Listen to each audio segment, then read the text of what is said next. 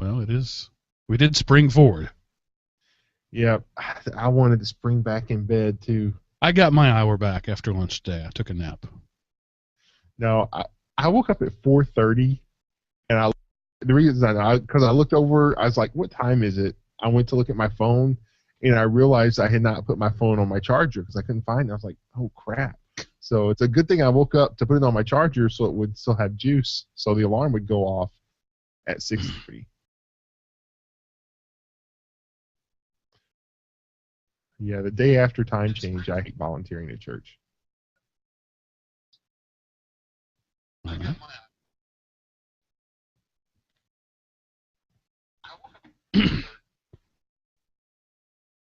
All right. Remind me when we're not broadcasting. Hi, YouTube people. It's not important, but a funny story happened at work today or this week that I want to share with you. But there are names involved, and I don't want to do it on the YouTubes. So try to remind me, and you'll get a laugh out of it. Okay. Gonna start my recording.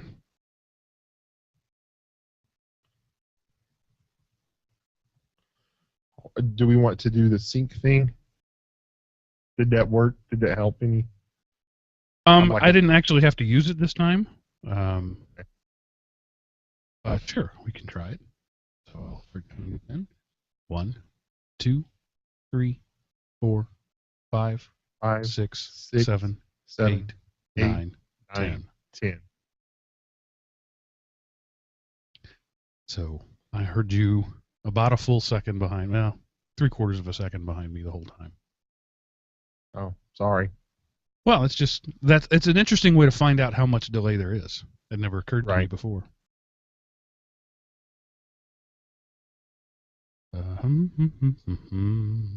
Okay. You recording? I am recording. I'm recording. And notify the guys in the chat room, the 2 guys who are always there and don't speak.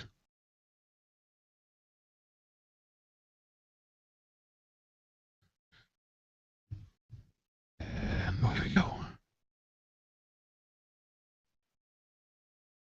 Hello, everyone, and welcome to Everyday Linux, episode 183, Winter is Coming, recorded March 8th, 2015, and brought to you by Element OP Productions, elementop.com. Welcome back, ladies and gentlemen, to the Linux show that's not about Linux, but about life in the context of Linux. I am your host, Mark, the Sultan of the Soapbox Cockerel, and joining me this week is the great gooey kid, Seth Anderson. Hello, Seth. How are you today? Doing great, Mark. Tried to pick you up with the Roman numerals there, but you made it past it. Doggone it. I looked at the calendar in my dock. That's how I was able to do that. So Chris isn't with us tonight. No explanation as to why. Just said something came up. So hope he's okay. I think he is. I think he wanted to go see a movie or something. I don't know. But anyway, just Seth tonight. As if that's not enough, Seth is more than enough to do a show, so we're glad to have you. And this week is going to be pretty much a news show. We've had some good topics lately, and we've given short shrift to the news. So we're going to talk about that. And the primary topic, nominally anyway, I don't know how much we'll get to it, is the fact that just last week or 2 weeks ago, or 7 years ago, depending on when you're listening to this, Title II became the law of the land with regards to net neutrality. We've talked a little bit before about what that means, and we're going to pontificate a little more because, hey, we can get another show out of it, so we will. But we get at least one more show out of it, Mark. You got it. Right. Yeah. No guarantees this will be the last one. Well, well, we'll see. It depends on how badly they screw things up. Right. That's the key at this point. So I just want to say shout out to Jeff. I won't say your last name. Who sent me an email say, "Hey, I've got a 3-hour layover in Atlanta. Do you want to meet for lunch?" And I said, "Okay." So I met up with Jeff. He bought me lunch, and anytime somebody wants to buy me lunch, I'm game. And we had a nice chat. And Jeff, it was great meeting you. And next time you're in Atlanta, or anybody else, right? if you're flying on Delta in the U.S., you're pretty much going to end up in Atlanta at some point. And if it's particularly on a weekend, I'd love to meet our listeners. And if you're local to Atlanta or whatever, just let me know. I'd love to hang out with you guys. So Jeff and I hung out for a couple of hours and had a good time and got to know each other and about each other's families. And I would love to do that with any one of you because, as I've often said, you're the reason that we do this. And it's so odd to me because he was minimally, mind you, but he was a little starstruck. And it's so odd to me for anybody to be even remotely starstruck around me. But he was. He was just that, certainly not, Sean Connery quality. But there was just a little bit of starstruckness in his eyes, and I don't even understand that. Because I'm just Mark. It could have just been dust from the airplane, Mark. You might not have been starstruck. Or jet lag. I'm attributing it to that. My ego said, "Oh, it's clearly he's awed by my fame," when really he was just getting a cold. Yeah, not a lot of people stop by Vincent County. I don't know why, but nobody wants to meet up with the gooey kid. If you're ever 3.5 hours south of Dallas in the middle of nowhere, let Seth know. Not, I'm a little east. I'm not south. And it's not 3.5 hours. But they're not going to know. So. Yeah, because somebody will be, hey, I'm outside this town called Waco. That's like 3 hours south, and I'm like, congratulations, I'm waiting. You there in Texas got the last little bit of snow of the season, most likely. Yeah, it actually, there were a few inches, like 3 inches. 3.5 was the official total at Dallas. And, you got to remember, 3.5 inches of snow in Texas, that's the equivalent of like 17,000 feet in Boston. So it was a lot. I was surprised because, like, when I went to sleep, it was still raining, but it switched over from rain to snow. It froze, and there was like 3 inches of snow on top. By the end of the day, it was pretty much all gone because the temperature made it up to like 40 that day. But I think that was the last snow day of the season for the Dallas-Fort Worth area. But it was fun, got another day off work. Those are always nice. Got to save some gas money, and I didn't have to drive my brand new car in. I was thinking about, I already told my boss, I was like, I'm going to be late coming in tomorrow, just to let you know. I'm not even going to try to drive in rush hour with my car. Wait, we can't let that pass. Brand new car? Yes. I had a 2010 Nissan Cube that I love because I'm a big guy. It has a big guy. I can sit comfortably in the front seat, and somebody my size could sit comfortably behind me. And so 2014 was the last year they made the Cube, and so there wasn't going to be a 15 model, and my car is starting to have some issues, and it was going to be paid off at the end of this year. So I was like, I'm going to call this dealership, and I'm going to say, do you have any Cubes left? And they're going to say no, and that's going to be the end of the call. So I call the dealership. I say, hey, do y'all have any Cubes in stock? And they go, yes, we have a couple. And I said to myself, oh, crap.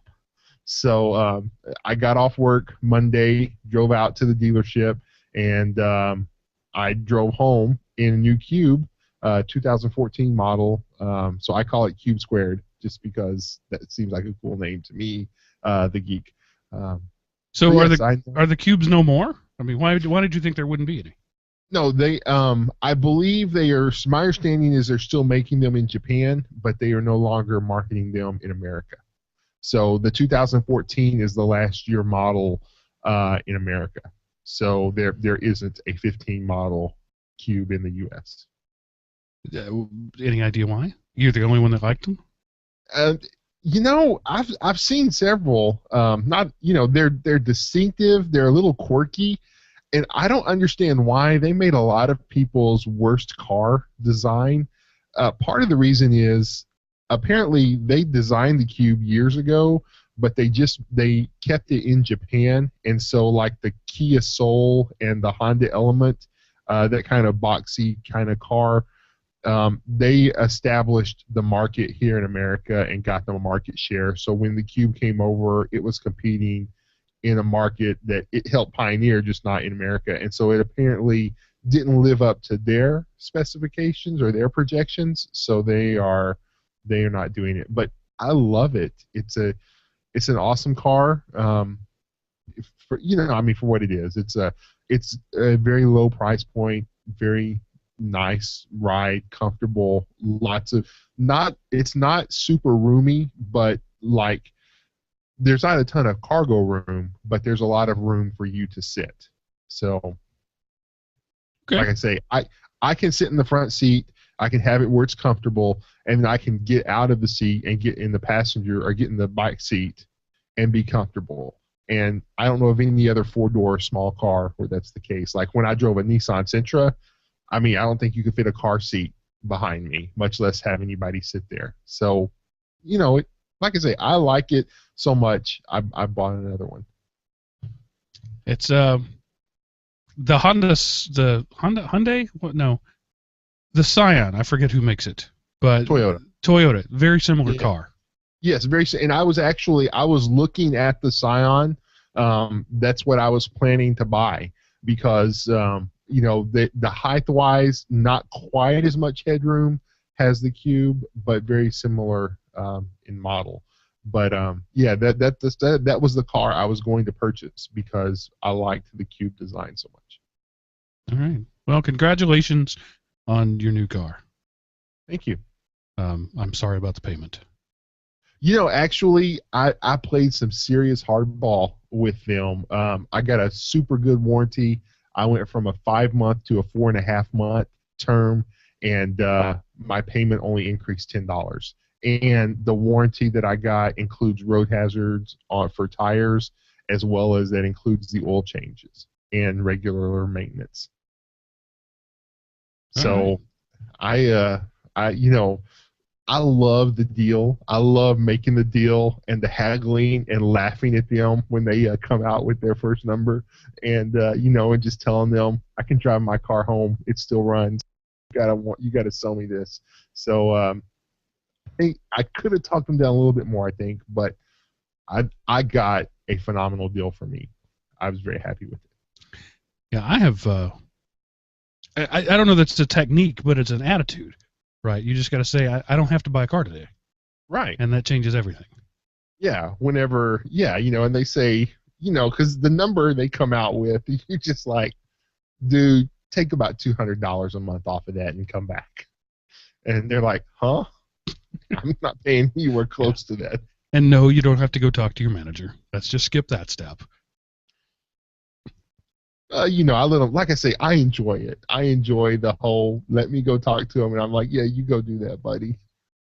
And I'll talk to my people too. So I don't know why I enjoy it, but I enjoy the haggling and the negotiation and getting a good deal. Yeah, I used to do that just sort of for fun. Right. Actually, even when I wasn't interested in buying a car. I'm that twisted. I would go in and play the game just to kill an afternoon. My wife absolutely hated that and hated me for it. I think there was she genuinely hated the person that I became. But anyway, I lost my train of thought. Oh yeah, I used to do that. Now I've decided that my time is more valuable than that. And when I haven't bought a car in 6 years, 2008, 7 years, was the last time that I bought a car, and that at that point I had that attitude of if my time is too valuable here, I'm going to come in here. Here's the price I'm going to pay, and I want that car. If you can't do that car at that price, I'm going to leave. I don't have time for this. And so the guy was like, "No, I really can't do that." Okay, bye, and I left, and that was the end of it. And I went back like a week later and said, here's the money I have. That's the car I want. Can you do that? Yes, we can do that. And then, that's kind of the way I do it. And I probably didn't get a great deal, but I got what I was willing to pay. Right. I don't think everybody leaves the car dealership thinking they got a great deal, which means they didn't. If you're not a car dealership isn't going to last giving everybody awesome deals. They're going to have to screw people to stay in business. So, but what matters is that you think you got a good deal. Yeah. Okay. that's all there is to that. I thought that would generate some more discussion. I mentioned repeatedly, actually, I have moaned and complained about it many times, that my Android Lollipop phone has sort of sucked since Lollipop. So a listener said, have you tried a full wipe factory restore? And I had done the factory restore, but not the full wipe before. So I thought I'm willing to try it. And because I use Titanium Backup on a rooted phone, that's a painless procedure. And my scripts, I have Titanium Backup. If you're not familiar with it and you have an Android phone, get familiar with it. You have to be a little geeky, right? You have to root your phone to get the power to do what you need to do. And the app costs like $7, but it's totally worth it. So I have it set up to 3 times a week make a backup of everything, all my settings, everything. And once a week on Sunday mornings at 2 a.m., upload those to Dropbox. So I have an offsite copy. So anytime I can restore from the local copy, but if I do a total wipe, I can pull things over from Dropbox and restore. So it makes switching phones super easy. It makes recovering if you've root or ROM'd your phone after you've ROM'd it or tried something else super easy. And it's totally worth it. So anyway, because I have Titanium Backup and because it just updated last night, the absolute worst case scenario is I'll lose anything I've put on it today. Well, almost everything I do is in the cloud, so I'm not likely to lose anything, even because I use Google Hangouts for text messages. Even those things are in the cloud now. So the odds of me losing anything are almost non-existent. So I decided to just go ahead and wipe the thing and start over. So I did, and I think this is new to Lollipop, but when I restarted it, the phone said, hey, we have this configuration that we've backed up for you. Would you like to use it? And it even showed the last date it was used. So it was used on the Nexus 5 yesterday or today. And I said, okay, let's do that. So that's, I think, a new thing. And I got to say, I'm pretty impressed with it. It pulled down all my apps, not the data that goes with those apps that I can tell. It looks like they're all blank. But it did pull down all my apps. So I'm looking at, all my contacts and everything is there. But also it went and grabbed all the apps that it could, and some of the widgets are in the place, some of the screens. So it's certainly cleaner than I've ever restored a phone before, and I'm just now experimenting with it for the first time. But I think Google is finally starting to get it right in terms of their own backup and restore. They've had a backup and restore function for a while now, and I think they're finally starting to get it right, and that makes me happy. So anyway, just shout out to Google. What? And I don't know how things work in other countries. I know some other countries do this, but not on the same schedule. But today was our Spring Forward Day. And so that means that we arbitrarily turned clocks forward an hour so that we could get more daylight in a day. Somehow that artificial act will add time to the nature of the universe. Not quite sure I know how that works, but we did it today. So if you showed up to church today an hour early, Noah, you'd be an hour late today. That's why. Congratulations. You've been screwed by Ben Franklin. Yeah, I like it simply because I like having the extra up and productive and can do something rather than, I don't mind working in the dark because I'm inside a building. So let me have the sunlight when I'm off work. I don't know that we need it, but yeah, so the idea is that we are moving as the daylight changes, right? Naturally, days get longer and shorter. December 21st is the shortest day. June 21st is the longest day. We are moving our calendar so that the more light is in the afternoon instead of in the morning, with the idea that most people don't get up early in the morning. So when people are sleeping the daylight away, we're going to move that so that now when you get home at 6, you've still got a couple hours of daylight left instead of 30 minutes. which I guess made sense in an agrarian society, but it doesn't make any sense at all right now when the first thing anybody does when they get up in the morning, whether it's light or dark outside, is turn an electric light on. Because we don't build our houses for natural light anymore.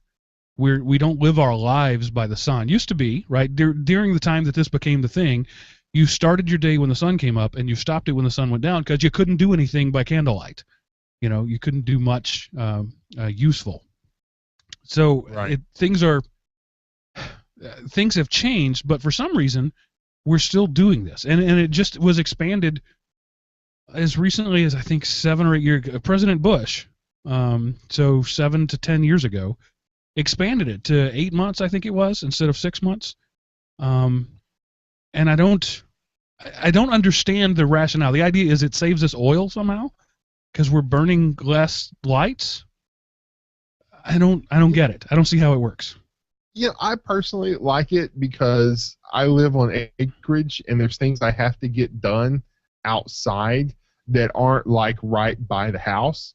And I don't want to have to, hook up big floodlights or whatever if I need to go kind of cut some shrubs out or take care of the goats, do some outside maintenance on the place.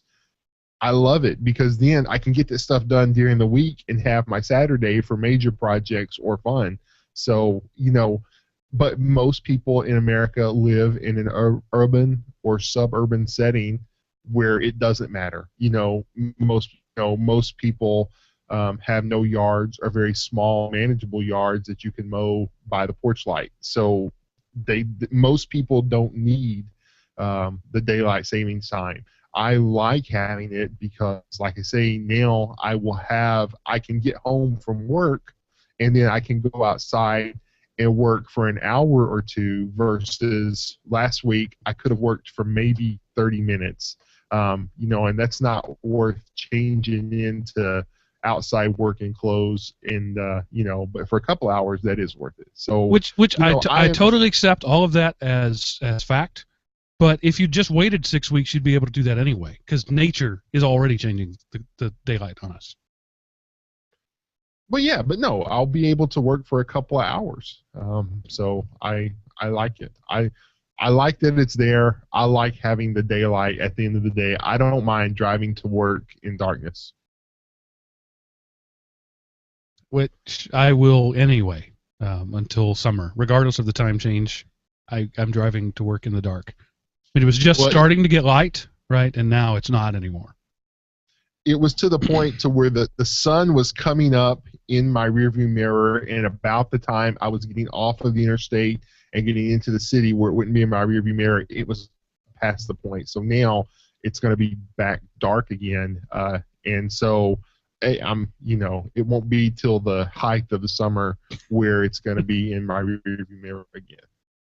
All right. So anyway, that's random pontificating that I must do twice a year. I'm contractually obligated to grouse about it twice a year. Well, because we're on the internet, we're there. Golly, today every news headline is why daylight savings time needs to be abolished. Right. And whenever the clocks go back, it'll be again. It's like I think it's probably the exact same stories. They just recycle the date on them, right, and post them. So yeah, it's we're required to do it, or we wouldn't be allowed to have our podcast on the internet. Right. The secret contract I signed with the military-industrial complex before becoming a podcaster requires that twice a year I complain about daylight savings time. And now the jackbooted thugs are on the way because I mentioned the super secret contract. So if I'm dragged out of here while recording, you'll know why. So let's take a little bit of look at. Wow, I just had a little stroke right here on the air. Let's take a little look at some of the news of the week, starting with a warning from the GUI kid himself. Don't reboot that server! Well, yeah, they have finally got no reboot patching is coming to Linux 4.0, and this is kind of the backdoor announcing that they have flipped the nomenclature on the Linux kernel. It's no longer 3.x, it's 4.x for all of your kernel awesomeness. And KSplice is the name of the program that is out and it's kind of worked its way into the official kernel now. You will now be able to do updates and have to reboot your Linux servers less, which, for Linux is in the desktop, who cares? Reboot at the end of your workday, no big deal. But when you're in the server and you're running like Amazon that measures their income in per second, you don't want that server to be down at all. So this is a good thing. And again, to the average end user, no big deal. But to the sysadmin, website junkies who measure their yearly downtime in milliseconds, this is a big deal. So people can now patch their Linux servers. Once 4.0 works its way out into the mainline distros, they can patch them without rebooting. Yay, progress. Which has been up to kernel patches. We haven't had to reboot anything for a while. Right. So I think this is a minor enhancement, but again, if you're among the group of people that it's important to, it's important to you. There's some circle speech for you. Yep. Well, I think it will end up being a very big deal because one, it will be a way for Linux to gain even more market share in the place because, hey, look, you don't have to reboot our servers every month anymore, like Microsoft does. Now you can, when we update the core kernel, the server can keep right on trucking, making you money. Move fully to the Linux infrastructure. Power to the penguin. I remember that was a big thing with Windows NT 4.0, so we're going way back there, was the sort of mantra from Gates was get the reboots out. Because prior to that, in the 9X world, everything required a reboot. Changing an IP address required a reboot. Reconfiguring screen resolution required a reboot. That may be a bit of an exaggeration, but almost everything required a reboot. Rebooting your computer required a reboot, yes. Really. So. A pre-reboot and then a post-reboot. But anyway, yeah. So I don't know how that works. How do you shuffle out a kernel?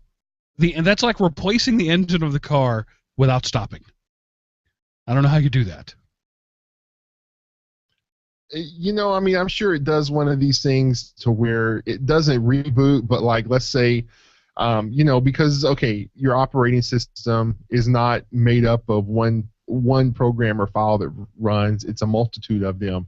It pauses this one and replaces, and pauses this one and replaces, and pauses this one and replaces. So it's probably a series of pauses that with today's hardware architecture are measured in the billionths of a second to replace it. It queues one up in memory, and then it's just like jump from here to here. So it's kind of like, how hard drives are now hot swappable.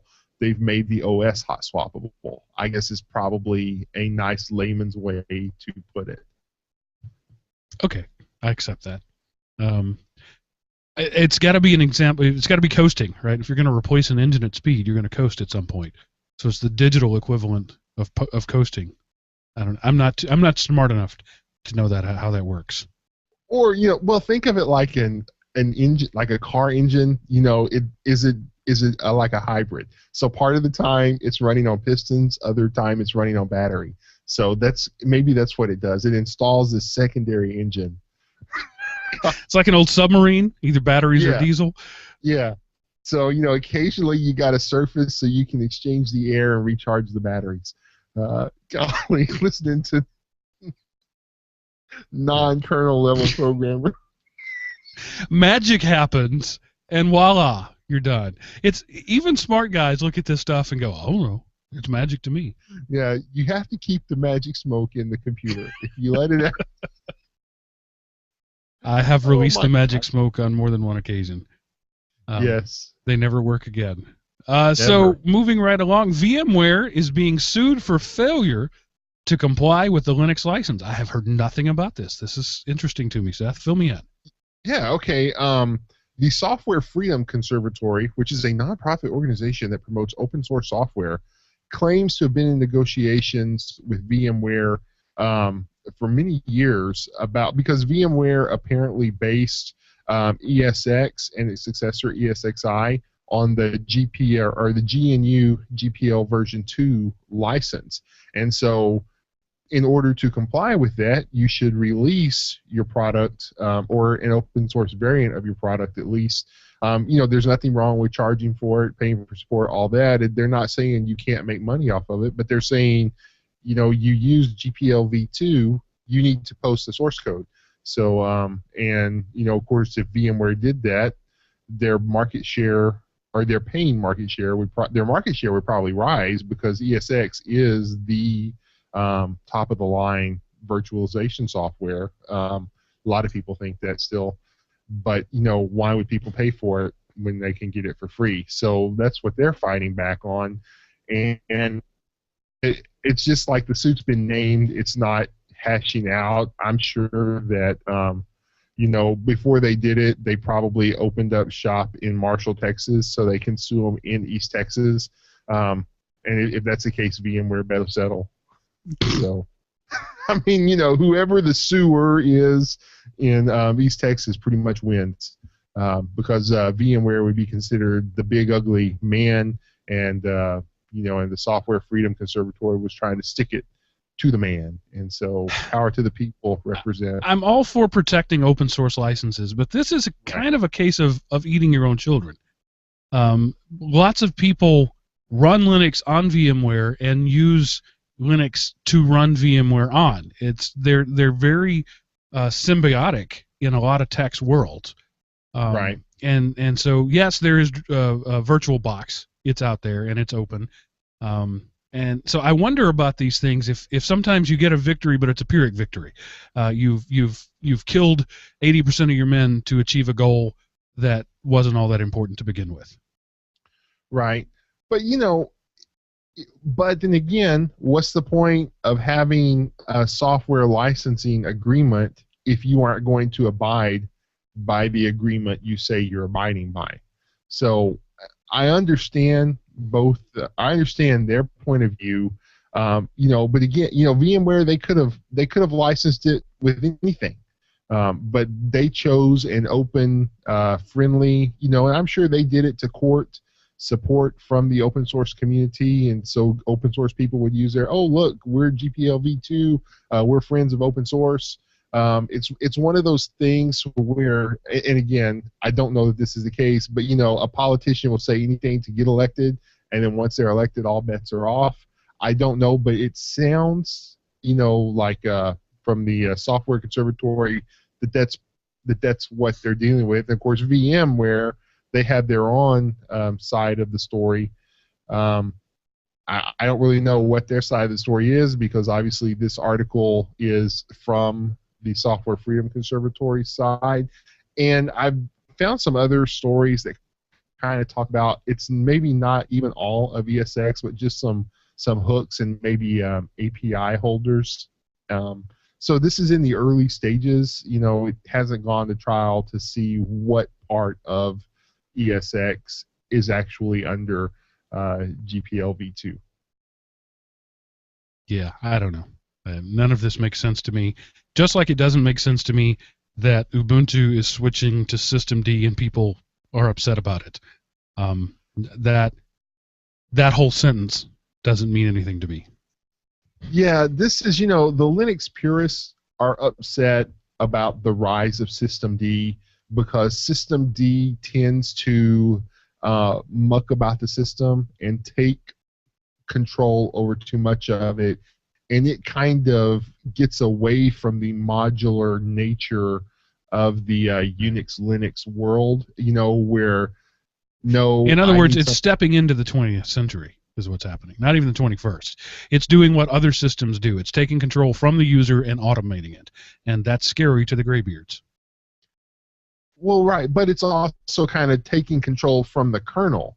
And, and of course, the fear is, from the Linux user's perspective, is that systemd and Linux become synonyms. Is it a good thing or a bad thing? I don't know, but I know it's a different thing. And what's that quote? I can't tell you if things will get better or worse if we change. I can only tell you that if we don't change, they won't get better.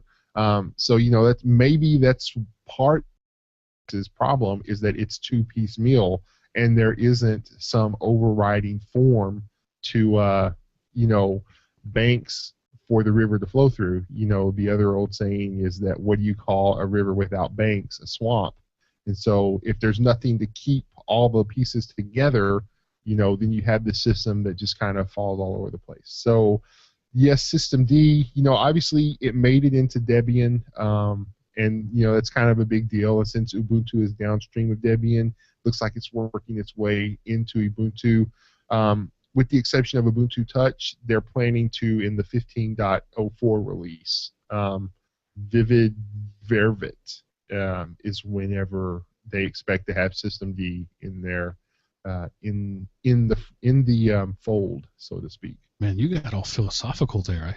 I feel like I should smoke a doobie and put on some 70s music. That was deep. Dude, well, I'm trying to carry both co-hosts mantle tonight, and I'm sure Chris would lament the death of Linux purism, but were he here, I don't know. I'm not the kernel loving geek, right, that can understand anything Linus says, and I felt like an idiot through 90% of LinuxCon. But I'm just the end user who, if it's not working, I'll probably fix it, and as long as I can bring up a browser, things are good. So right, and there's already a fork of Debian called Devuan, I think it is, that keeps System V in it instead of System D. So it's not dead. It's not going anywhere. And again, it's the beauty and the curse of open source and of Linux in general, is that it can fragment easily, and that can make people happy, and it can also weaken the ecosystem.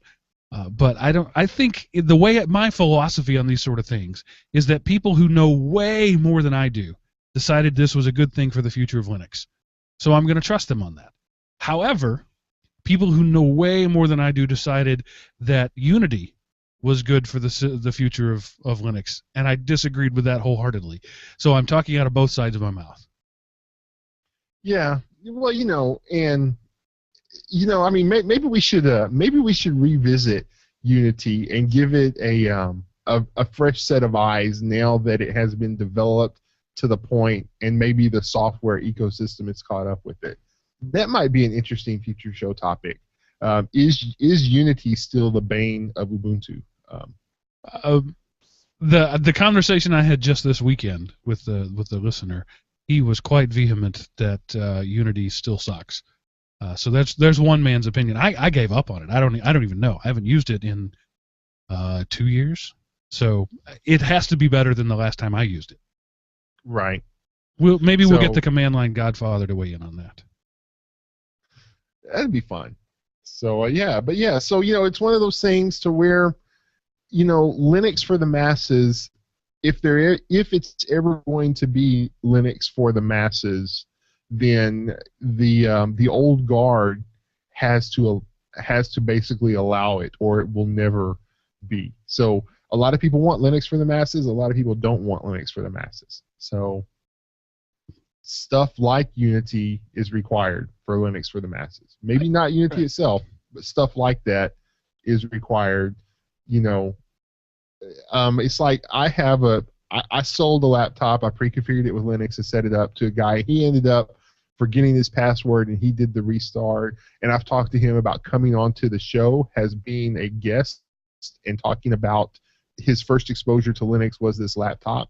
And I told him how to do a reinstall, and he did it, and he got it back up, and he's amazed with how good his machine doesn't crash anymore and all that. So for him, for the user like him, they need a Unity. They don't want, going to the command and sudo git blah, blah, blah, all of that. They don't care. They're not going to do that. They want to be able to go here and click that, and it works. So. Right, and I think maybe System D, if I'm understanding again, and I'm such a neophyte about that, it's the same sort of thing, that in order to move things to a more user-centric and a less developer-centric environment, Systemd has to happen. So if you say you want Linux on every desktop, if you say you want it to be grandma approved, you have to understand that grandma approved means not developers aren't going to be as happy with it. And Right. you have to make that choice. Is Linux going to be for developers, or is Linux going to be for everybody? The tacit mantra is that Linux is for everybody. But when you really get down to it and you start making these sort of choices, you find that a significant core of developers don't actually want grandma involved in Linux. Right. Yeah, that sounds well and good until, whoa, yeah. It's like we say we want that, but now that you've given it, maybe we don't want that, Just like people said they want Steam on Linux. And now maybe we're finding out that they didn't really want that so much. Yes, according to the latest Steam, and I've got to just say, awesome transition. Awesome. That was perfect. We couldn't have set it up any better. Yes, Linux has tumbled like a rock, down 0.07%. So it's down to 1.02% on the latest hardware survey that Steam, they put these out every month. And again, they don't say how they get these results, the percentage sampled, if it's a randomized thing or if it's only, user submissions, and does things like Wine. If you're running Linux but you have Steam through Wine, how does that show up? So again, but Linux is still holding at the just over 1%. It had been slowly ticking up, but this month it took a rather significant hit. When you're only at 1.02, 0.07 is a significant hit. Is this a 1 month aberration, or is it a trend that Linux is dying? And of course, if you're only ever at 1%, were you ever truly alive? So it's like when you kill a zombie. Have you actually killed anybody? Yes. Because by the same token, OS X fell 0.09% down to 3.23%. So let's just be honest. The gamers' world is a Windows world right now. That hasn't always been the case, but that's where it is right now. Even Windows versus console gamers. There are more Windows gamers, more PC Windows guys than there are Xbox and PS4 guys. Yeah, and I wonder if that's just a case where gaming hasn't caught up to the marketplace. Because, back in the day, it was Windows was, well over 90% of how people access the internet.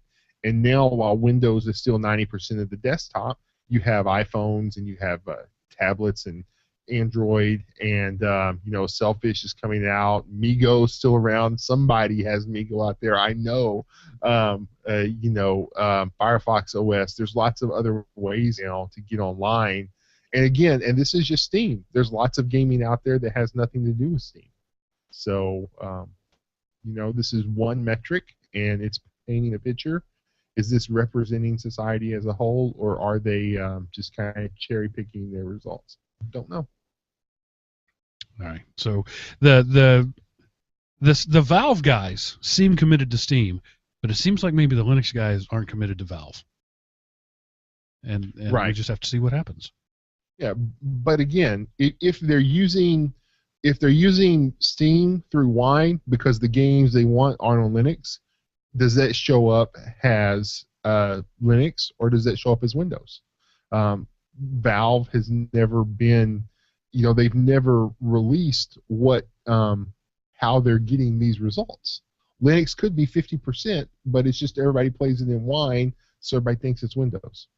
Which, yeah, not likely, but yes. Not likely, but you can't rule it out.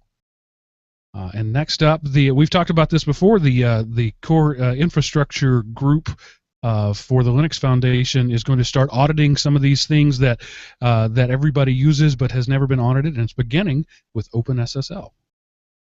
Yes, the CII and it was just, I just had to throw the output out there.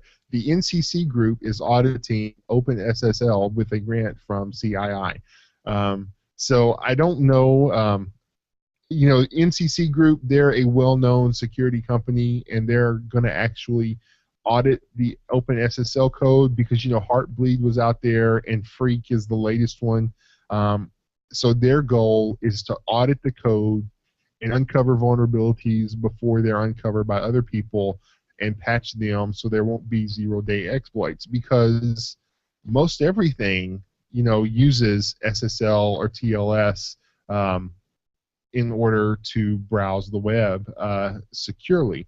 But if these secure protocols aren't well coded, then how secure are they? So this is much needed. It's been a long time coming, and I'm glad I'm glad the time has arrived, and so hopefully it would be awesome for them to audit the code and say we couldn't find any more bugs. These are the only 2 that were out there. But anyway, it's just good to have some people who this is their job, is to find security holes in code. And the bad thing about being a programmer is when you write a program, you know how you want it to work, and so you're predisposed to see that it works that way. Where somebody with a fresh set of eyes goes, that works, but that causes this, and this causes that, and then you can do this over here, and you have a back door. And they're like, no, all I wanted to do was this. So having people who know code and know it from a security standpoint but didn't write it is a great way to uncover vulnerabilities that somebody who wrote the code and looked at it every day will never see. It's like you've seen the what's wrong with this sentence, Paris Right. in the spring, where the is the last word of the first line and the first word of the second, and you see Paris in the spring, you have to stop and go Paris in the spring, and then you go, oh, it's 2 these. So that kind of thing. Yeah.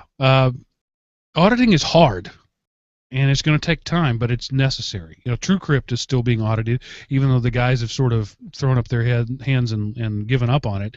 The audit is still going on because this is stuff that people is using. People be using this stuff, and we trust it, but it's never been, that trust has really never been proven, earned. So we'll see. You think you've got a terrible job? Do you have to ask permission by email to go to the potty? That's a little wrong, Mark. I know. The ambassador, who worked in Nairobi bathroom. The passenger, he worked in the Nairobi, what is it called? The embassy. Sorry, Embassy, I couldn't. yes. Yeah, the embassy. He had the IT department install commercial internet access in the bathroom, so he could go to the bathroom to send and do official State Department work over corporate public email addresses such as Gmail, Yahoo, Hotmail, or whatever. And because he's the ambassador, he basically says this is how you're going to do things. And the state and the IT department says these are the State Department guidelines. This is how we have to do it. And the ambassador says, well, then if you're not going to do it my way, you set it up so I can get my work done. So I just thought, how stupid is this? How can you do public, or if you're doing State Department stuff, how can you think that sending official documents through Gmail where you have no control over the data, you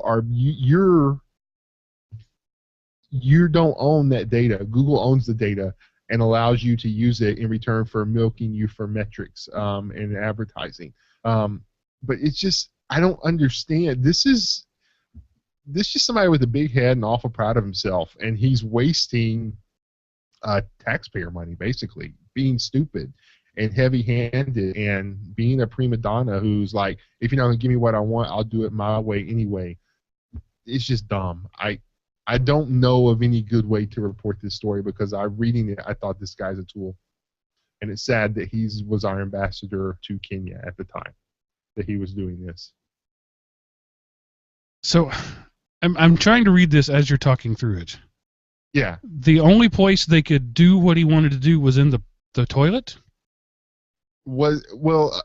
Apparently that is something about State Department regulations allowing outside internet access.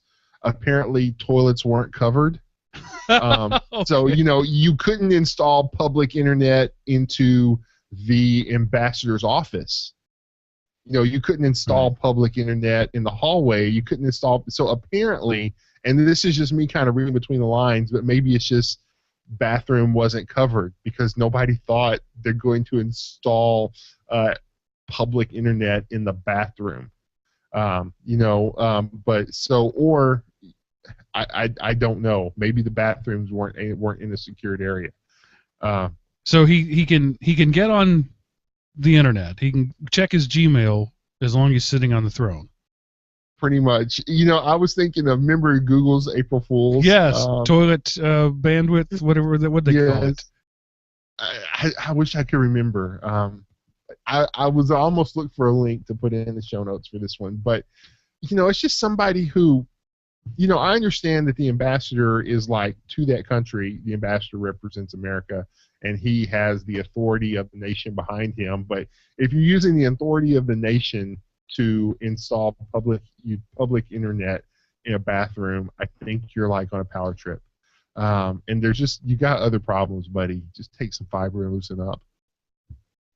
Yeah, I had to look it up. It's TISP, which stands for is it Toilet Internet Service Provider? That sounds right. So the idea is you flush a fiber down your toilet, and then it goes to a central point somewhere down the line where a guy is standing in a sewage tank. He grabs the cable, plugs it in directly to their switch, and then you hook a router up to your the cable coming out of your toilet, and boom, you have internet service provider from the toilet. And this was Google is famous for doing their April Fool's things, and this was a few years ago. Being the de facto IT guy for almost everyone I know, I must have gotten about 5 emails from people going, "Is this real?" And most of them were, "I don't believe this is real, but I'm just checking." But a couple of them were, "Finally, I can get internet access out in the country." No, it doesn't work that way. Yeah, it doesn't matter that you have a septic tank. It doesn't work. I hadn't even thought about that. So weird. That's a bad job. Both ways around, right? So the ambassador who has to go to the toilet to do what he feels is his job, whether you agree with it or not, he feels that's what is necessary to do his job, and the IT guys who have to deal with this, what they're seeing as a raving lunatic wanting broadband to the can. Both of those are terrible jobs. So maybe if you want a better job, you should learn some Linux. And according to ZDNet, companies really want Linux employees. Yes. We've talked about, this has been a pretty consistent theme of this show for a long time, that if you want to make some bucks, you can get in IT and you can learn to use some Linux. And I'll just throw a few numbers out there. 42% of hiring managers say experience with or knowledge of OpenStack or CloudStack are having a big impact on their Linux hiring positions.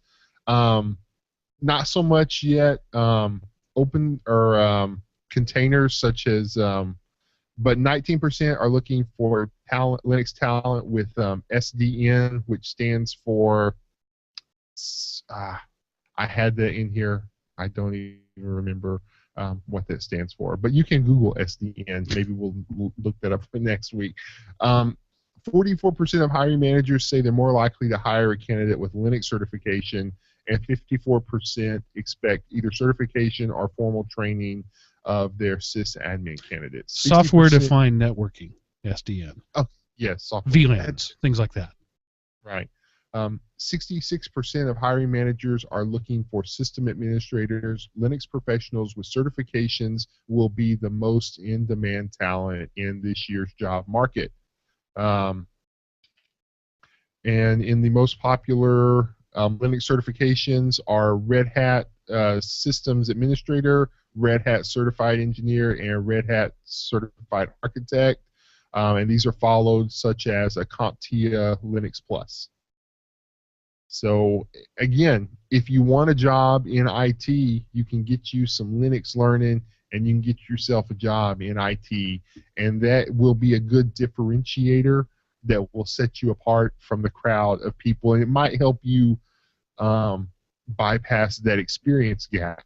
That maybe somebody's been in IT a few years and you haven't been in as long. If you have some Linux credentials, that might pull you up to equal or even ahead of somebody with a little more experience than yourself. That really sounds great, but the problem is there's just no place on the internet to get a Linux education. You just can't do it. You're forced to just learn on your own and maybe search for forums and look at YouTube once in a while. And it really frustrates me. I wish there was a service where you could really study from professional teachers. Well, you know, Mark, it's funny you should mention that, because while I was browsing around the internet the other day, I came across this website, linuxacademy.com. It seems to be, if not the a premier place for Linux knowledge acquisition. You can do it such things. They started out with video courses, and they still have video courses. They will all have video courses, and these aren't like, you're not listening to a professor drone on for 3 hours for 5 minutes worth of data that's actually important. The lessons are only a few minutes long. They are timed. They are themed to a specific objective. You learn that objective. You move on to the next video that is the next objective. Sure, that's fine. That's all well and good. Anybody can go to YouTube and watch videos, but I need more than just videos. I can't just watch something and learn from it. I need some paper and some really detailed descriptive writing when I'm learning something. And surely a place like Linux Academy wouldn't have that. Well, actually, they do one better. They have PDF study guides that you can print out to. If you're like you learn by reading, you can just do the study guides. They can supplement the video learning. And to go back to the videos for a second, true, anybody can post a video on YouTube, and those videos on YouTube may or may not be correct and may or may not be for the version that's been out for 10 years. You have to figure that all out on your own. But in the Linux Academy, they keep it current, keep it relevant, and keep it real. Not only with the videos, not only with the PDF study guides, they go one further, and a way to elevate your game, they give you access to servers that are live online on the cloud, several different distributions that you can go to, and you can have multiple servers up at once where the guide tells you how to install, you can practice installing. The guy tells you how to connect via SSH. You can connect via SSH to a real live Linux server. Well, that sounds dangerous, connecting to live servers on the internet. How can I be sure that I'm not bringing down somebody's firewall in Costa Rica or something? Well, they are live, but they're in a virtual sandbox environment, so they are protected from other places. If you crash this server, you have only crashed your lab, and you can just restart your lab with just a couple of mouse clicks. So you're not like going to take down Amazon. You're not going to get fired for destroying the company's infrastructure. You know, this is Amazon Web Services, and in addition to Linux, you can learn such things as Amazon Web Services, and so you can learn how to do that. So it's a great practice play. You can practice on actual servers, not just some simulation that mimics the functionality, but an actual server, and you can do not just some weird theoretical classroom mumbo-jumbo to get a grade. You can do the actual task that you would be doing in your role as a systems administrator. Wow, that sounds really amazing. What was the name of this place again? It is Linux Academy. You can find it at linuxacademy.com. So if you've got this virtual server up there, if it's virtual and not real, surely you can't communicate with it or with anything else in any sort of way. So it's not very practical. I'm just fine. You get one server. That's not a big deal. No, you get several servers. They have different distributions that you can choose. You know, you hear us talk about on the show things like Debian or Red Hat or Ubuntu or Fedora. Those are all different variations of Linux. You can get all of those and more. And again, these aren't just some reduced functionalities. This is a full-blooded Linux server that you can go to and examine the file structure and screw up to your heart's content. Because if you're like me, you tear stuff up to learn about it, and then if you can't put it back together, you know how to start over, and you know not what to do next time. So I can watch videos made by experts in the field, I can look at PDFs that relate directly to those videos so that I can go back and forth between it. And then I have multiple servers that talk to each other in a live environment that I can experiment on. This has got to be ridiculously expensive, Seth. You know, it is ridiculously expensive if you consider like the cost of a pizza ridiculously expensive. You can sign up. You can go to linuxacademy.com and you can sign up and pay $25 for a month. So, you know, less than one night on the town, you can do a 1 month trial kind of to see if you like it. Then if you like it, you can do $65 for a quarter. $65 gets you 3 months. Or you could buy for a year for $215 annually. And again, and that works out to be like less than $20 a month. But here's the thing, those prices, which are cheap, if you consider like boot camps, those certification cram factories out there, or price of a college course or whatever, this is a much better value. But if you use the code Everyday Linux when you sign up, you get a special break off of those prices. Wow. So all of that for just a couple of bucks a month. I mean, I took my family out to lunch today at a relatively inexpensive place, and it was $40. So you're telling me I can change my careers for less than a lunch out for my family? Yeah, $25 a month if you do it on a month-to-month basis. And what I always tell people is buy a month. And, you know, wait, don't just say, I've got 10 minutes, I'm going to buy a month. Give yourself some time that you can get in there, and then if you like it, then do the quarter or do the yearly. And, you know, if you're somebody and you dig into it, you plow through in a few months' time and probably have the skill set necessary to at least interview for a job. If you're someone who likes to take it slower, you know, it can take you a little more time, but the information is there. It is, and they even go so far as they have a lesson browser that you don't have to like just cycle through a catalog and say this course looks neat or that course looks neat. You can like kind of get yourself a little track going, and kind of it'll plan the courses and tell you what order you should take them. Well done, my young Padawan. Go to linuxacademy.com/everydaylinux to get that special pricing deal. And one thing that we didn't get through in our mock play there was the learning plans, where you tell them when you're available, and they tell you what you should study during those times. So you say, I've got 3 hours a day, 3 days a week, and I want to take this course. They will email you every day what you should be studying, what videos you should be watching, what tests you should be taking. It's your very own personal tutor all through the linuxacademy.com. We're glad to have them, glad to support them, and glad to do really cheesy ads for them. So moving right along, Thunderbird is still around. In fact, my system updated Thunderbird just this week. Really? Because there was a new version was supposed to come out in May. So did you just get updates, or did you get a new version? I'm sure it was just an update. Yeah, but I thought that like Thunderbird, I thought development had been stopped on it. I found an article, opensource.com. They kind of do a weekly roundup of some stories, and they talked about Thunderbird, and their development is still going on.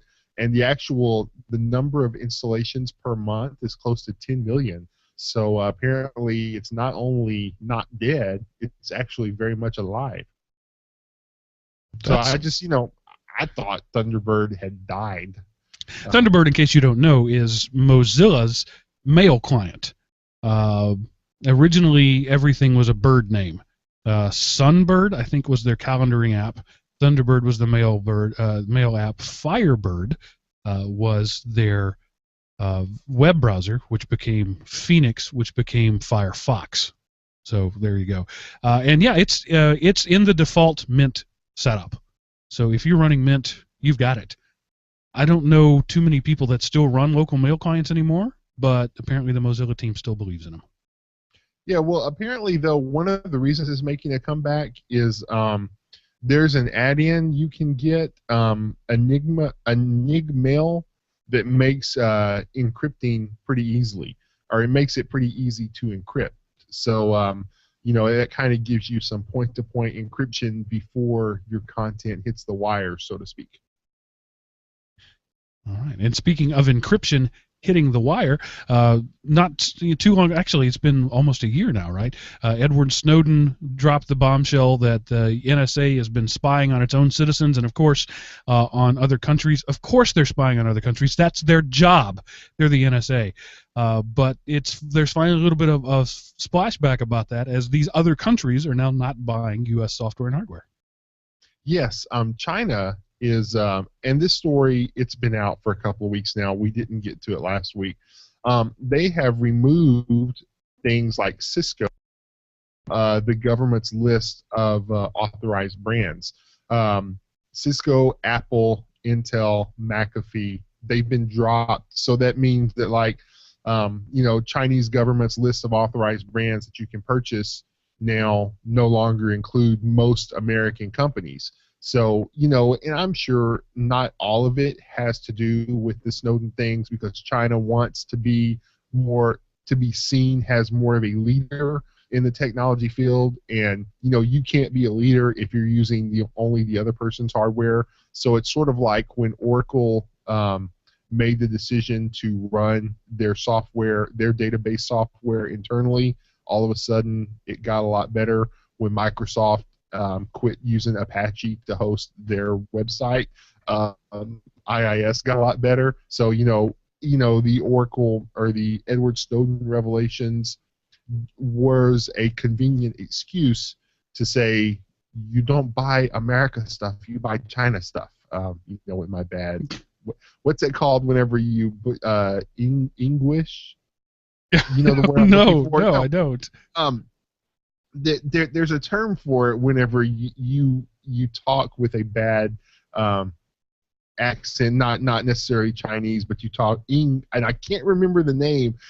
It came, there was the old Nintendo game where it said all your base belongs to us. Yeah, all your base belong to us. Yes. Yeah, and there's a term for that, and I can't remember what that term is. So I'm sorry. I'm sure.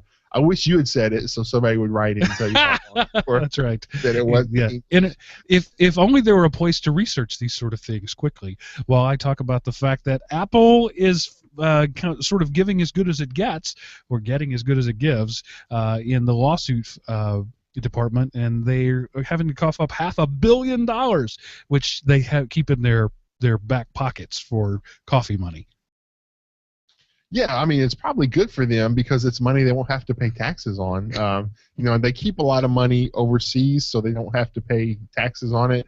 But yeah, Smartfish is a company. They seem to be a patent troll, but they have, and again, this happened in East Texas. And one of the reasons, there's been the whole Apple v. Samsung, but Apple is behind Rockstar and a lot of others. They themselves act as a patent troll in a lot of cases. But Smartfish is a company. Their technology is used in products such as smartphones, gaming consoles, set-top boxes, netbooks, app stores, smart television, blah blah blah. They asked for $852 million. The judge said, "Nah, we'll just make it $533." So, so Apple, while they've won a lot of these software patent trials here, they lost one. And the patents, I don't know what they were, but they were related to access, storing data, digital rights management, and payment systems. Which is like everything they do.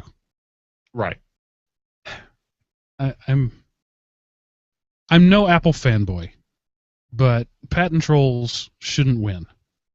And it makes me sad that a patent troll has built. I mean, $533 million is definitely incentive to keep patent trolls in the game. Yeah. But, here's the thing. Apple has won judgments like this, basically being a patent troll themselves. I agree. So, they can't, they can't slap that they use to fleece people and then talk about how bad the industry is. They just have to look at it. We made $600 million with our patent trolling. We lost $533 million with our patent trolling and kept our lawyers busy. So we'll call that a win. Lawyers got to litigate. We got to pay them, so they might as well be litigating. They're on retainer, right? We pay them no matter what.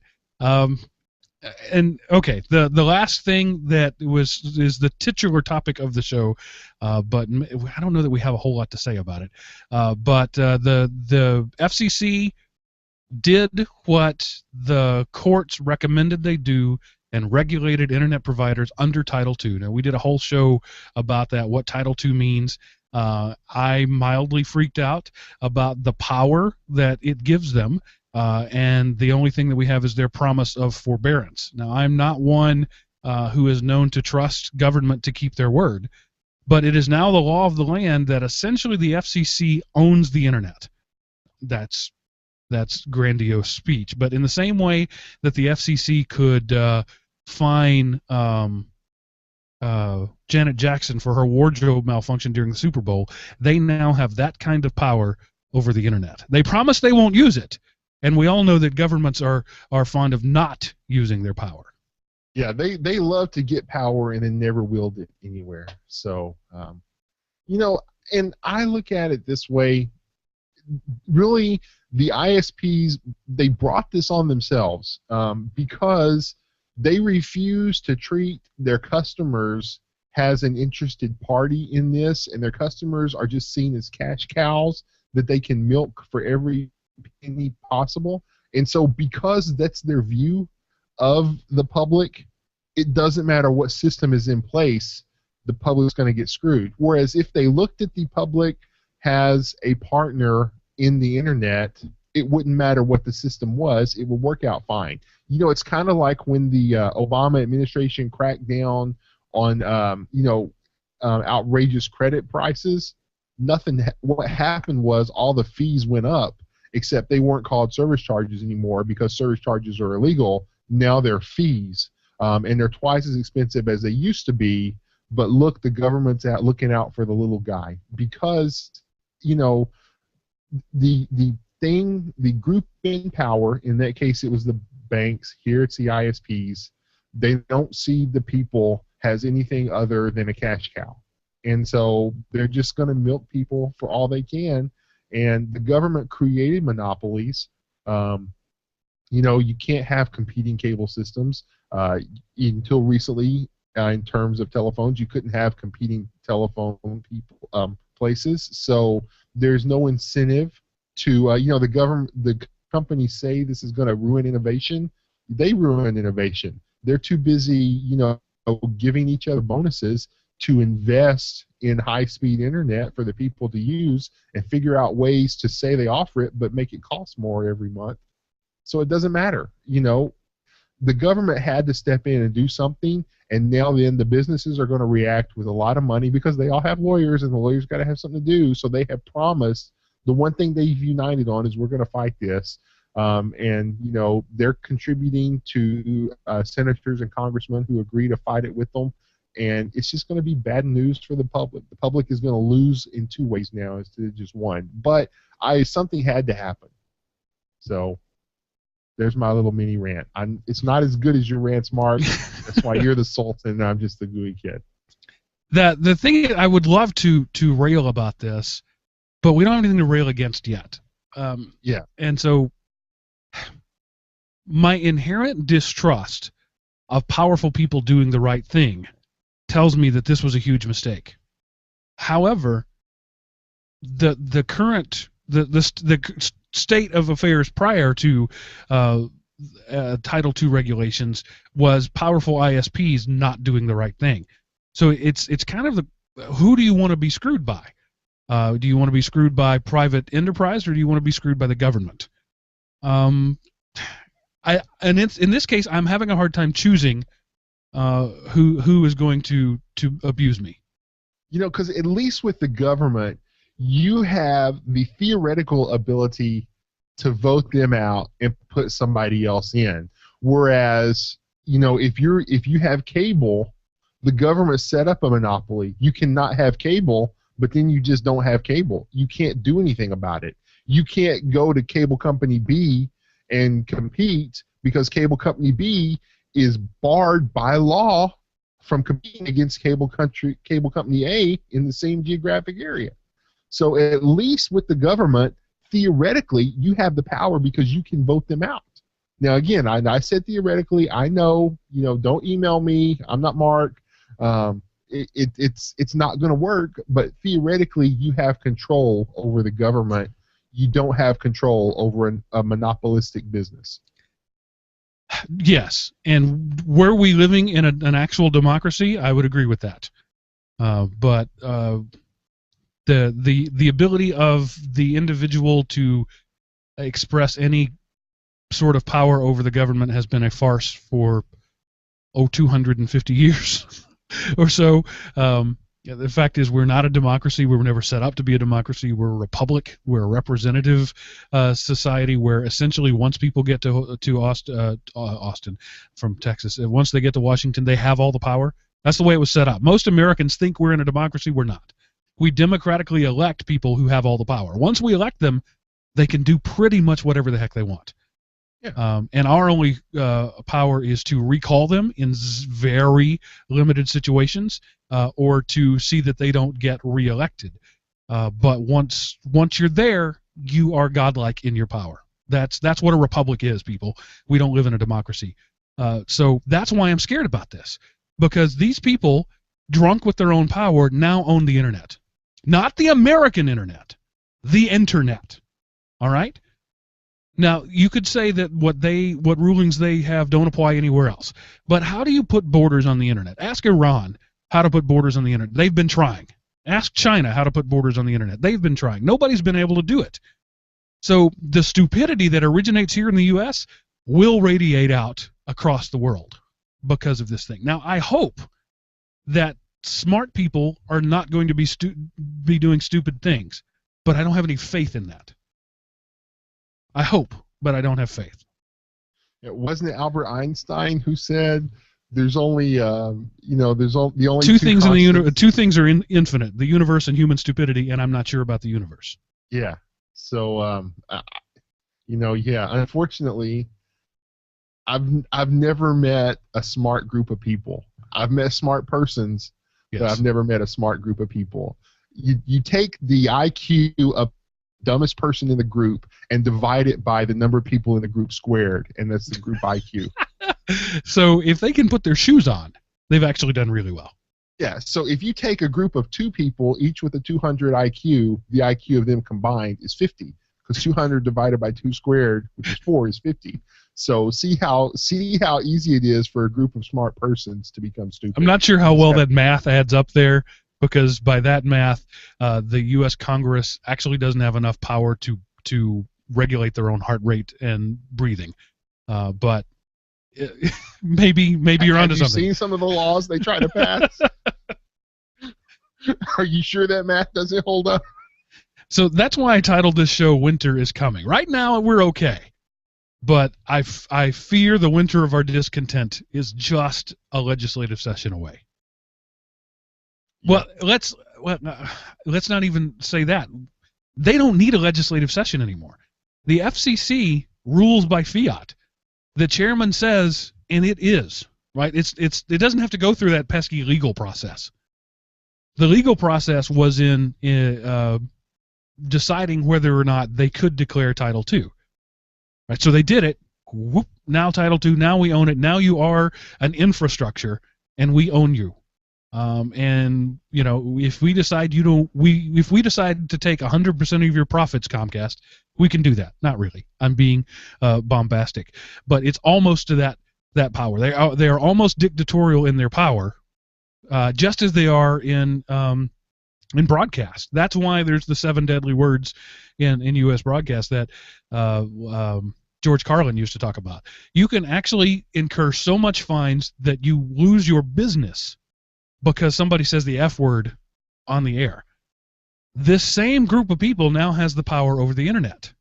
If I were in the porn industry, I would be shaking in my boots right now. Yeah, that's true. Excellent color commentary, Seth.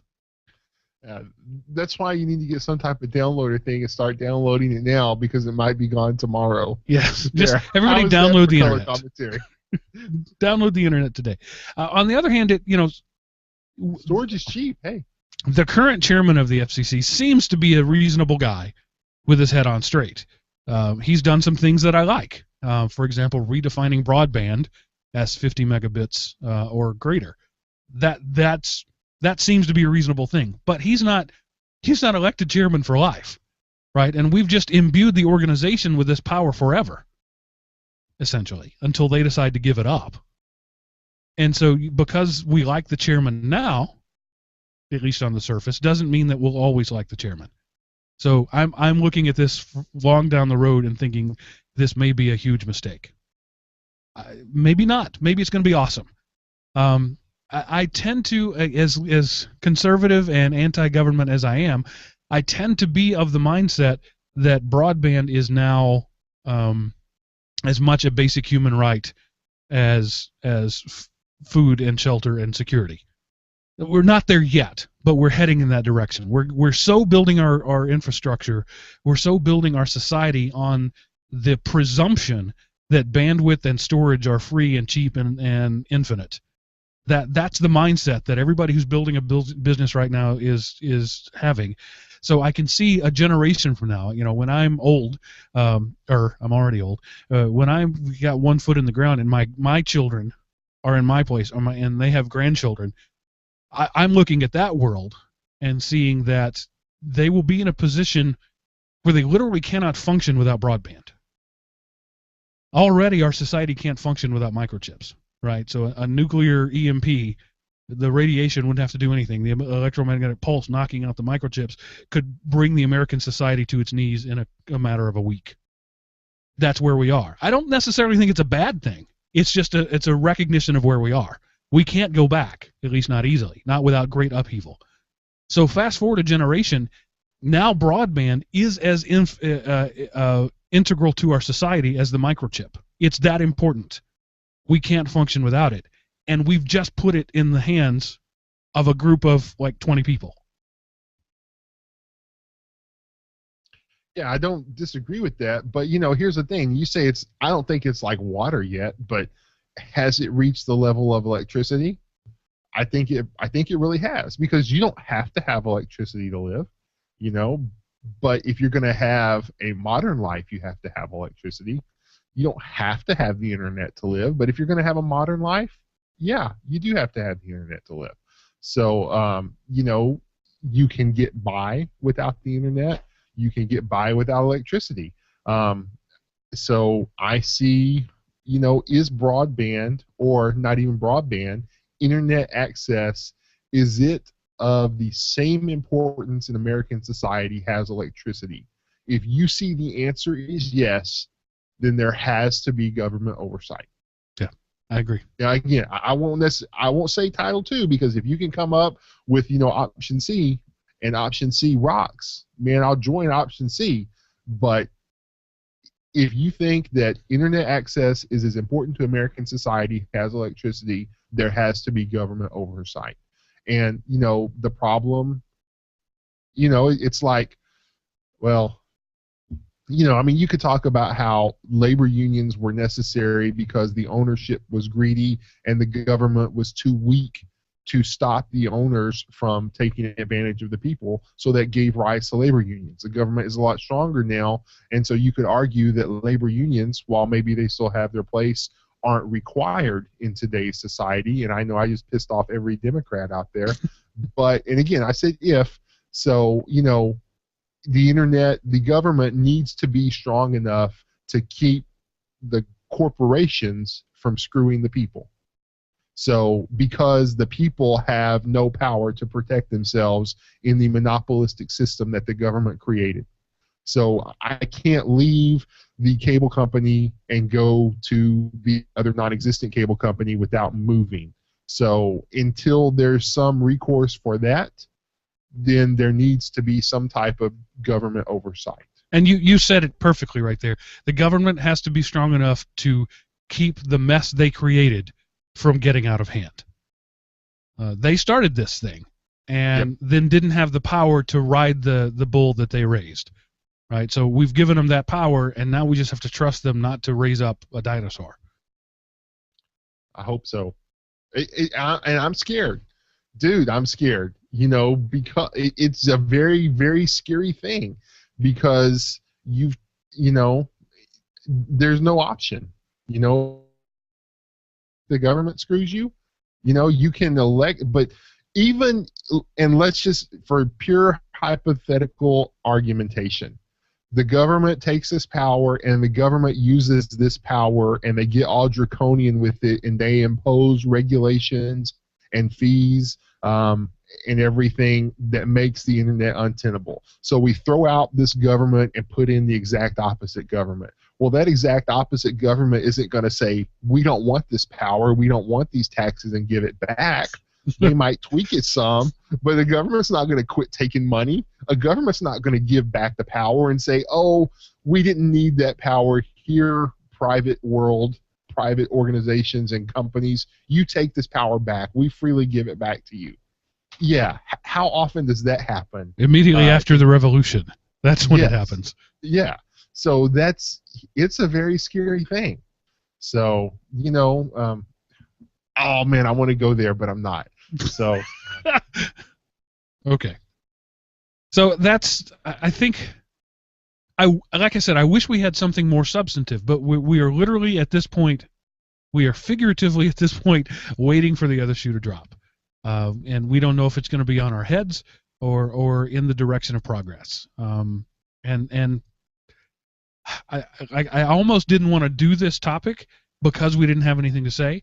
But you know, the state of affairs that we predicted would happen has now happened, and the same things that I was worried about before, I'm worried about now. And I hope I'm wrong. As much as I hate to be wrong about most things, I really want to be wrong about this one.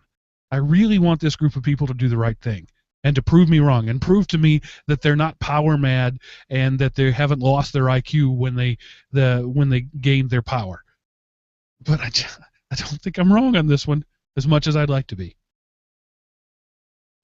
So that's our discussion about the coming winter of FCC regulation. If you live outside the U.S. and have a different view on this, I'm curious to hear what it is.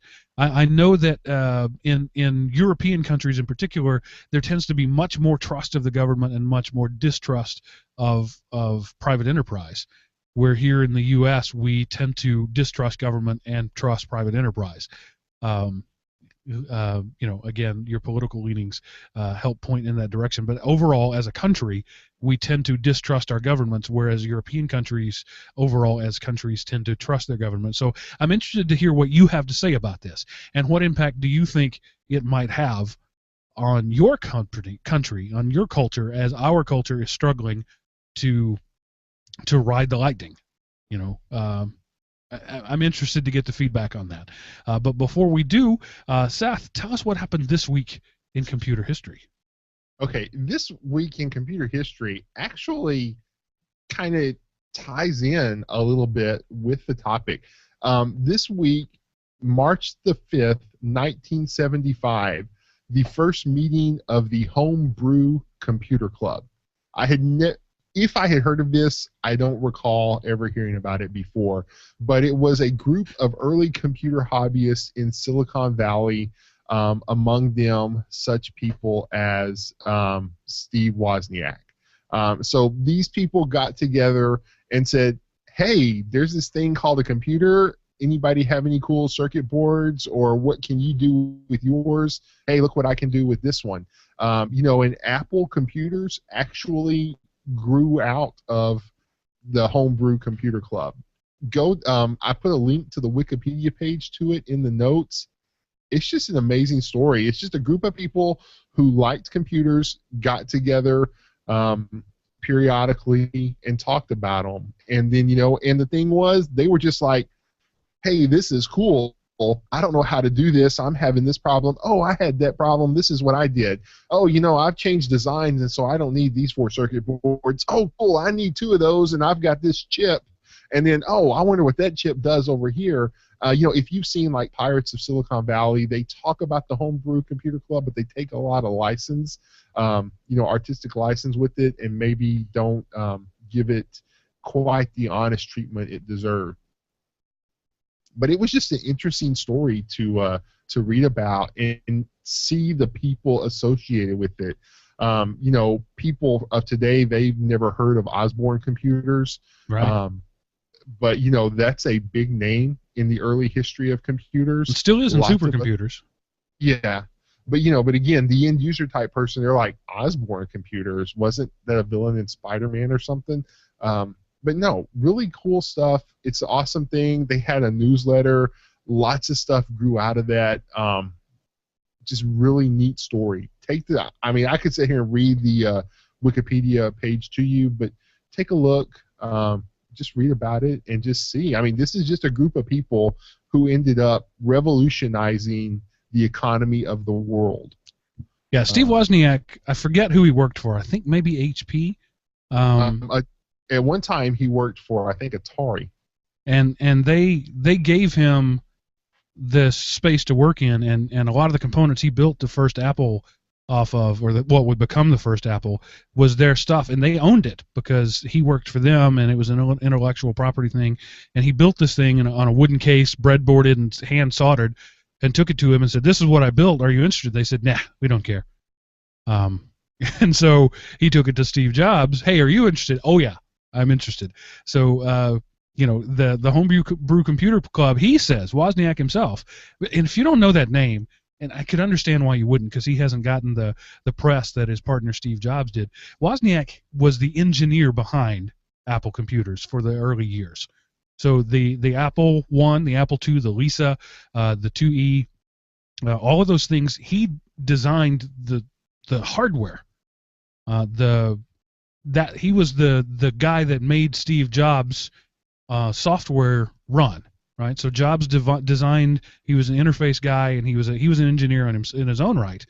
But Wozniak was the technical wizard that made it all work, and he's been happy to sort of fade off into oblivion, but not oblivion, but obscurity. And he's a pretty special guy in the history of technology, and he himself says it all began here at the Homebrew Computer Club. He said, I think I can make one of these, and that's pretty cool. And it all happened this week in history, 1975. I was 3 years old. Yeah, I was not quite 3 when this happened, but I did turn 3. Right. Yeah, I was 2 at this time, exactly. So, but yeah, this was really cool stuff. And so I wanted to share. A lot of times I kind of like just come up with some off the wall things, but this is in the history of computers. This is one of the watershed moments, I believe. Cool. And so while we're on the topic of stuff Seth looked up, what have you got for us this week to lower my productivity so that you look like a better hiring option? This one might actually end up helping a lot of people's productivity. Uh-oh.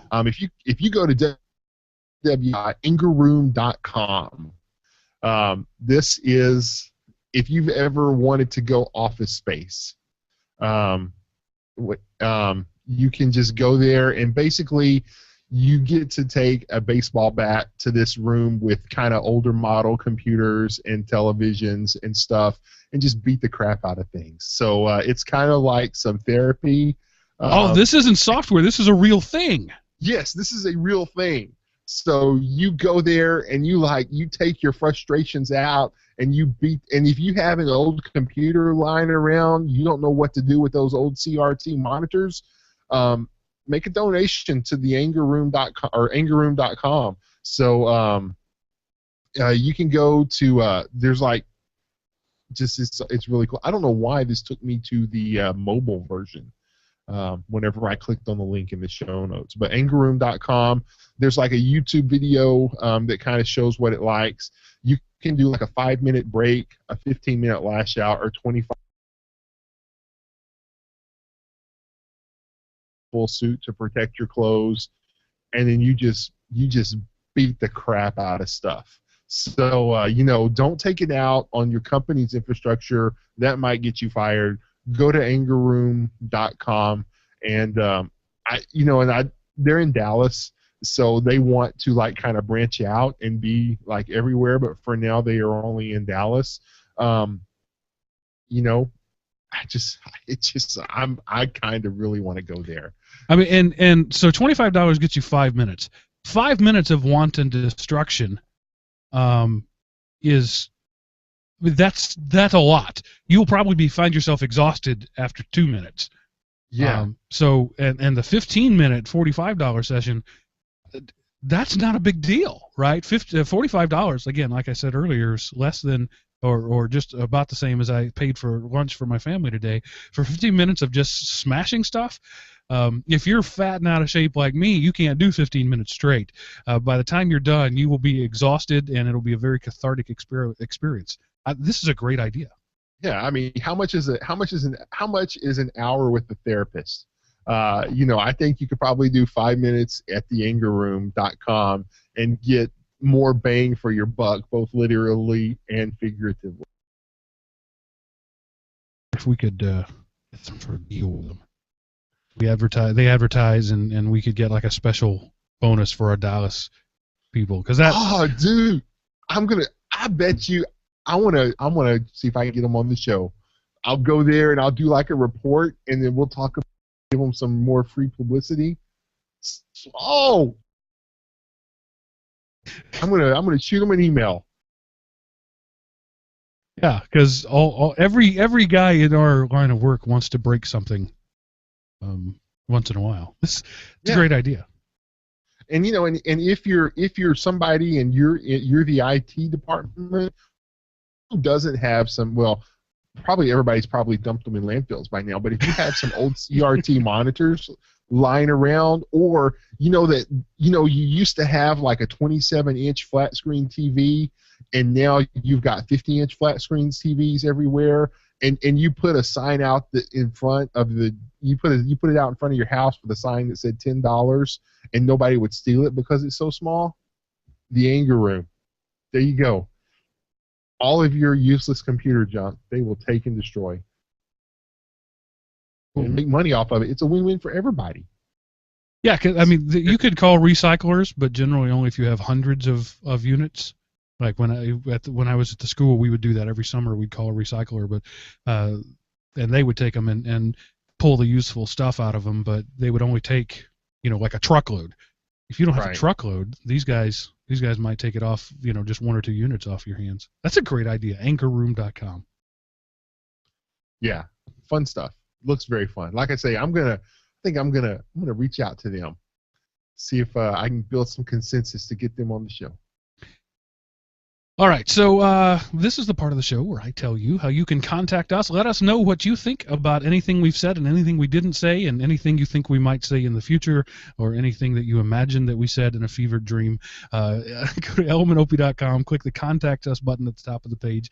That's the preferred method, but also if you'd like to send an email, you can send it to edl@elementop.com. That goes to all 3 of us. Or if you would like your voice to appear right along beside us, you can call 559-IAM-OPIE. That's a free call anywhere in the U.S. I said that's a free call. It's really not. It's a free service. It's not a toll-free call. I've been saying that's a free call anywhere in the U.S., but it's not. It's if you're using Google Voice, it's a free call. But if you're just like on a regular cell, do people actually still pay for cell minutes? I'm sure somewhere in my contract there's a mention of minutes, but I haven't gone over minutes in like a decade and a half. So it just occurred to me as I was saying that it's a free call anywhere in the U.S. Maybe it's not a toll-free call. It's not an 800 number.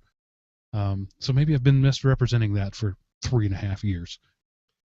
I do want to also say we have noticed in the last few weeks some of our listener feedback has got caught by the spam filter. So if you have sent us something and you don't hear us get back to you, or it doesn't show up in the show in a couple of weeks, and you want to send us another one that says, hey, did you get my last email or something? Yeah. We've noticed here recently that some legitimate listener feedback has been trapped by Google's otherwise very impressive spam filtering service. Another reason to use the Contact Us tab instead of sending an email directly, because that I have always getting through. Anyway, enough about that. Those are the ways that you can contact us. We covet your feedback. We appreciate you letting us know what you think, and we look forward to hearing from you in the future. Also, I've been accosted by people a couple of times that I don't mention enough how you can give us money. Far be it from me to prevent you from giving us money.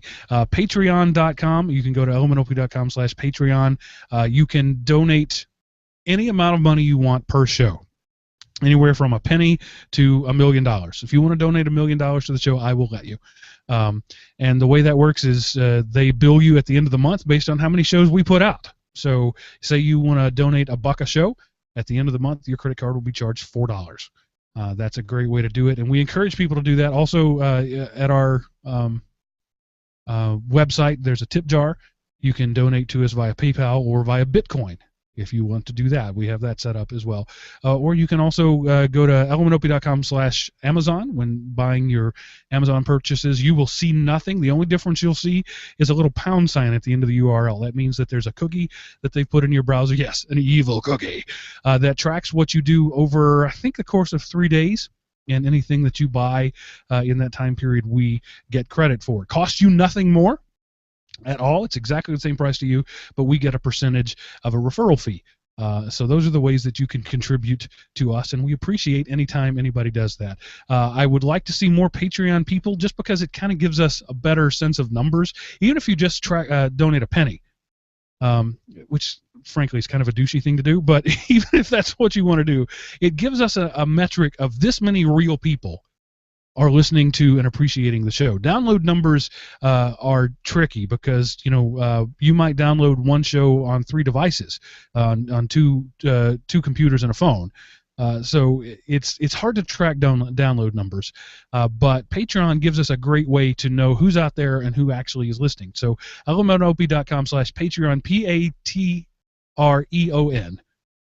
is a great way to do that, and I encourage you to do that. Also, we encourage you to do ratings and reviews anywhere you go.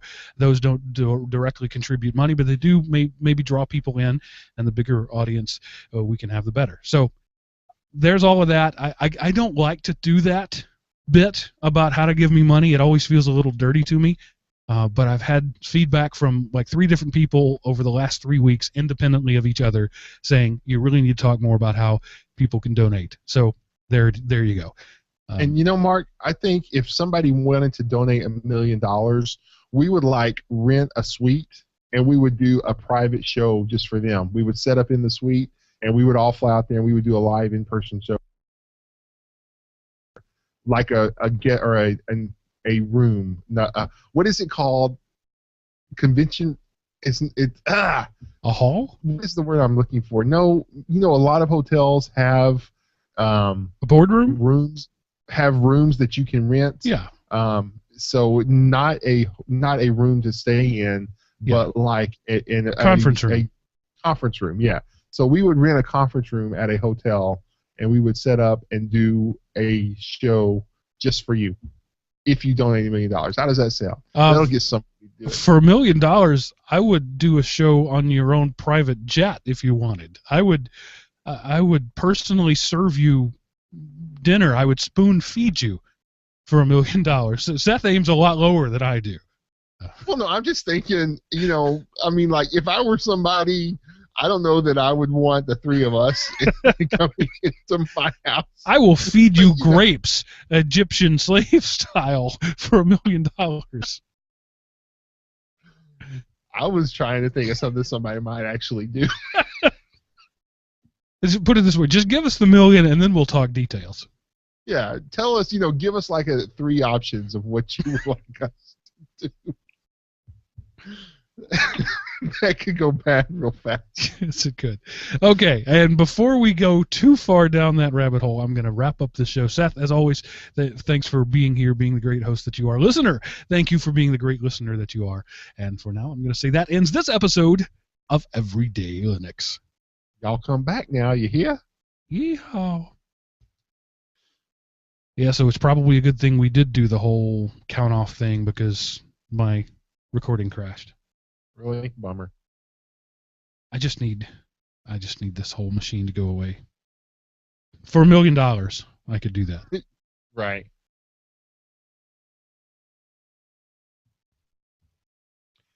See, that was 183. So are we off the air now?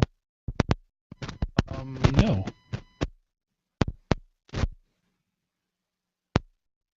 I kind of forgot that part. Bye, live viewer. I was going on about my business, copying files. Yeah, I kind of need to do that. See you guys.